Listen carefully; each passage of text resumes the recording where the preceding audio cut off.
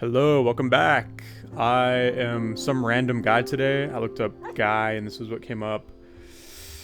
Yeah, we are back. Last time we set up this amazing farm. Got cows, got chickens, got wheat. Things are looking good for us. I also realized that you need to use paper and I think a compass to make a map. So this was all for naught, I guess. I had cows because I thought you could make a map out of leather. Guess not. We're still breeding everything though. I figure it's good to just get as much of these animals as possible. I want to have so many at some point that they start glitching and it becomes like a swirling mass of chickens and cows. That's the goal.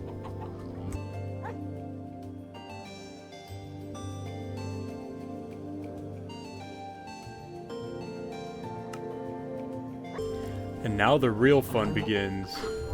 I'm gonna spend 10 minutes using the composter. Oh boy.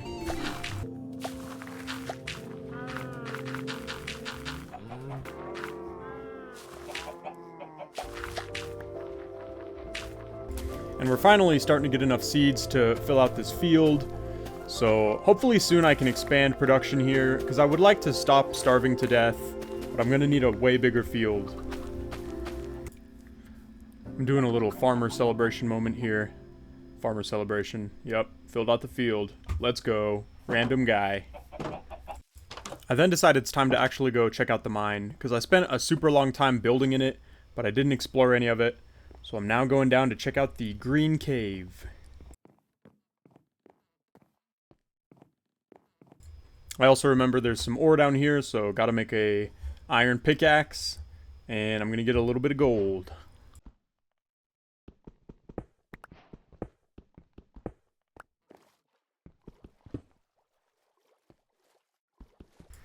We also mine a little bit of lapis here in the lake, which I think to this day is just useless, but it looks kind of cool. Also, that one block gave me 8 lapis? What? Is that normal? Something awesome that I learned is that you can hold a torch in your offhand. So I know they added shields at some point, but I didn't know that you could hold a torch while mining. That is a good feature.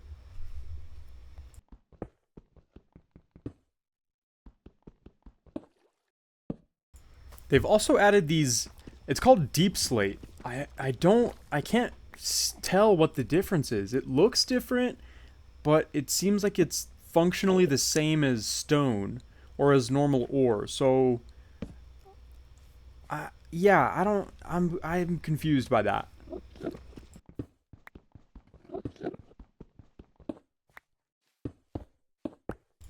So I end up exploring most of this cave, and I'm just checking the wraparound here to see, did I really see it all? And yeah, I did. So this is a very small grass cavern. I'll probably do something cool down here later.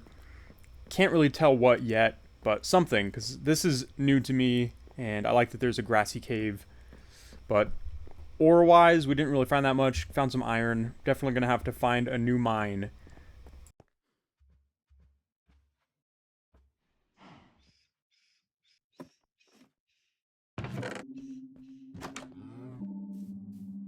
And right outside our mushroom house, in the open air, I am depositing every valuable that I own. And I guess it'll stay there for the time being.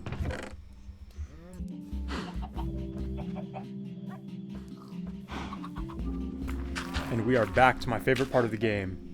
I really feel like you should be able to deposit a stack of 50 and then let it sit, and then it'll give you more over time. I think that would be more true to how these work in real life and be less of a pain in the butt, because this is just foolishness. I decided to make my well a little bit deeper so it looks more realistic. I just like it to be deeper. I then begin work on a little pond area. I'm planning to grow sugarcane around here.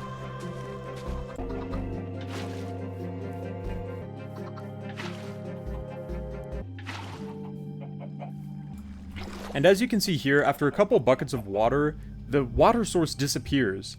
So, I don't, like, what? For some reason, making the well deeper removes the infinite water, which is BS. but now I gotta make the well shallow again. Unfortunate.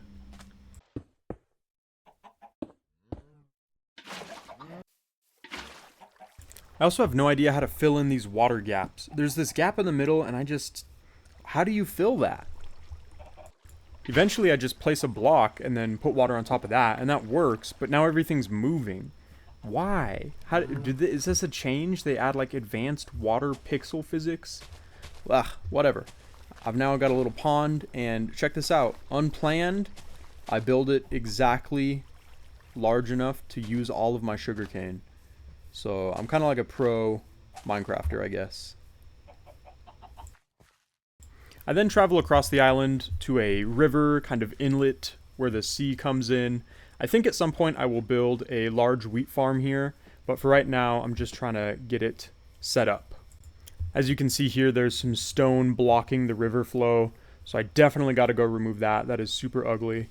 And I'll probably cut a channel through here as well, so the river just runs all the way through. But before doing that, I use a pro Minecraft trick and water slide down into this crevice where I look for some ore, and there's basically nothing down there. So filling it in with water.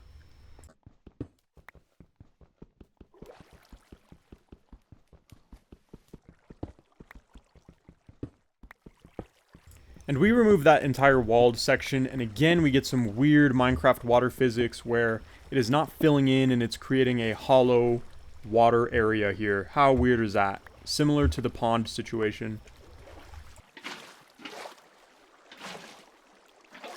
I then remember that there's some sheep on this other island, and I now have wheat so I can lure them. So I decide I'm going to build a bridge over there and gather some sheep.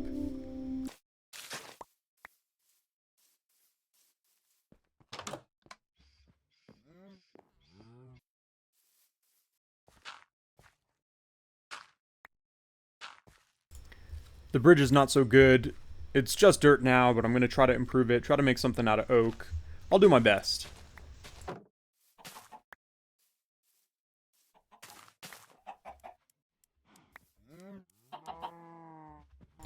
I also decided to do a little bit of decorating with these glow bushes, I think they're called.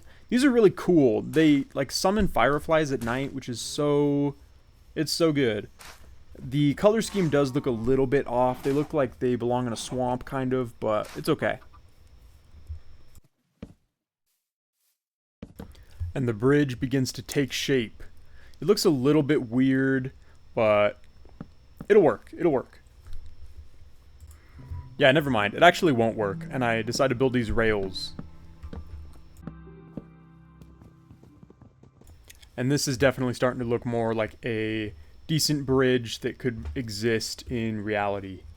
And look at these glowing little bushes. These are so cute. Gotta love them. They summon little fireflies around them.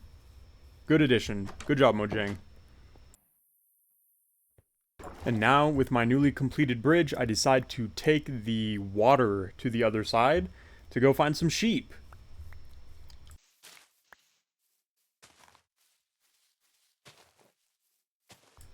And we find them pretty quick.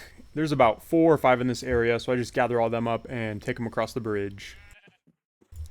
Yep, here I am, normal dude. Got all the sheep. Let's go. And then this guy shows up. Like, bro, who are you? Get your own sheep. These are mine. Little zombies are so scary. They really terrify me. And I feel like they have the same amount of health as normal zombies. And they can set you on fire? Like, what? He's a hater. He's jealous. And it actually took like 5 minutes to gather all the sheep and keep their attention and get them over the bridge. They're very dumb, I guess. Or not dumb. They're very special needs. But accomplished it. Got them over. And now I'm going to pen them up.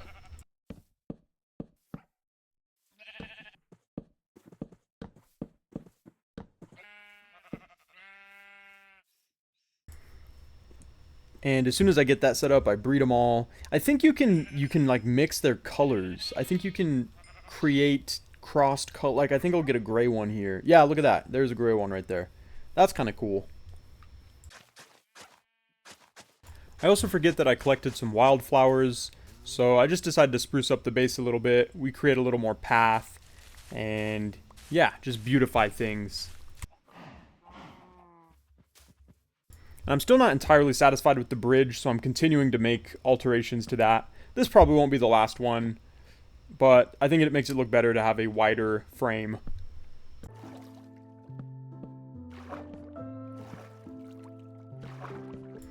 And that ends our time. We were able to explore and gather some new animals and not make a map. So, fail there, but things are looking good here. I'm going to continue to expand, hopefully, in the next episodes. Look at these fireflies. Whoa, look at those. Oh my gosh. Thank you for watching, and thank you for watching. Yeah, Creeper used to watch his streams while he told his mining stories. She could feel his pickaxe fall and rise. The Let's Play was not boring.